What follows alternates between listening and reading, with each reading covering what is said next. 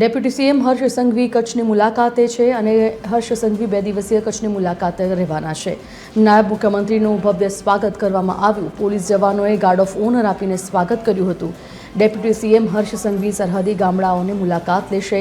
ખાટલા બેઠક યોજી વિવિધ મુદ્દાઓ અંગે ચર્ચા કરશે। આરોગ્ય, શિક્ષણ, માળખાગત સુવિધાઓ મુદ્દે સમીક્ષા કરશે। સ્વચ્છતા, સલામતી અને સુરક્ષા સહિતના મુદ્દે સમીક્ષા કરવામાં આવશે।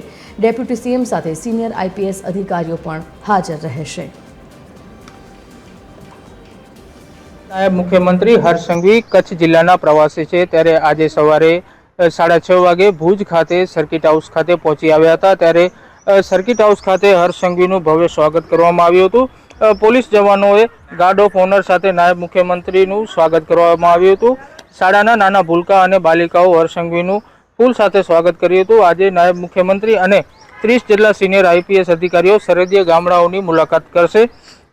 સરહદી લોકો સાથે ખાટલા બેઠક યોજીને વિવિધ મુદ્દાઓ અંગે ચર્ચા કરવામાં આવશે। સરહદી ગામડાઓમાં આરોગ્ય, શિક્ષણ, માળખાગત સુવિધાઓ, સ્વચ્છતા, સલામતી અને સુરક્ષા સહિતના વિવિધ મુદ્દાઓ પર ચર્ચા કરવામાં આવશે। ત્યારે સાંજે 5 વાગે ખાતે છેર ખાતે સભા યોજશે અને કાર્યકરો સાથે મુલાકાત કરશે અને રાત્રિ રોકાણ કપુરાસી ગામ ખાતે આવેલા દેશી ભૂંગામાં રાત્રિ નિવાસ કરશે।